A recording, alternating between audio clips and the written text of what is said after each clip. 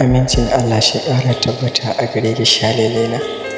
A kowane lokaci zuciyata cike take da farin ciki da annashawa da nishaɗi, musamman a duk lokacin da na tuna da cewa ina da ke, ina da mai sanya ni farin ciki.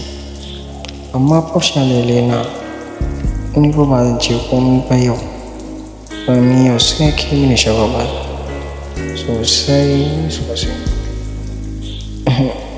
In ba ki min mamashi ba ko ba zan ce miki komai ba, ba zan ƙara miki magana ba, ki min shagwaba mana shalelena.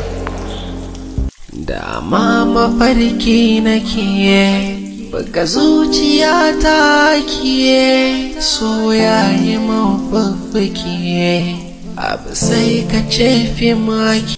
Kin zauna wa shalelena, a duk lokacin da na ce ina son ki tamkar a jikina ina jin wata kalma ce nake faɗa mai nuni a tattare da ke.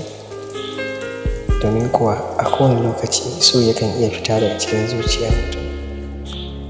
Amma idan na ce ina matuƙar ƙaunar ki, ban san wani irin daɗi nake ji a cikin zuciyata ba.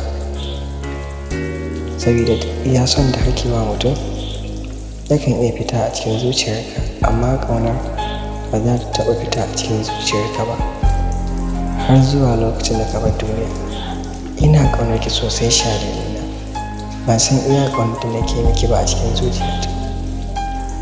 Idan na tuna da cewa ba ni da wani abu da ke sanya ni baƙin ciki a rayuwa, ko da akwai shi, idan na tuna cewa ke ce madubin da ke haskaka zuciyata, da ke nake haskakawa na gane daidai da ba daidai ba, da ke ce kaɗai nake iya gane bambancin fari da baƙi, ke ce kaɗai da ke sanya zuciyata da samu sanyi da salama da ƙarfin bugun zuciyata a kowane irin lokaci da nake ciki.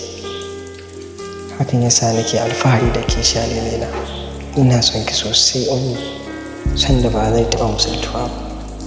Dama mafarki nake buga zuciyata ke, so yayi mafaffaki abu sai ka ce fi maki.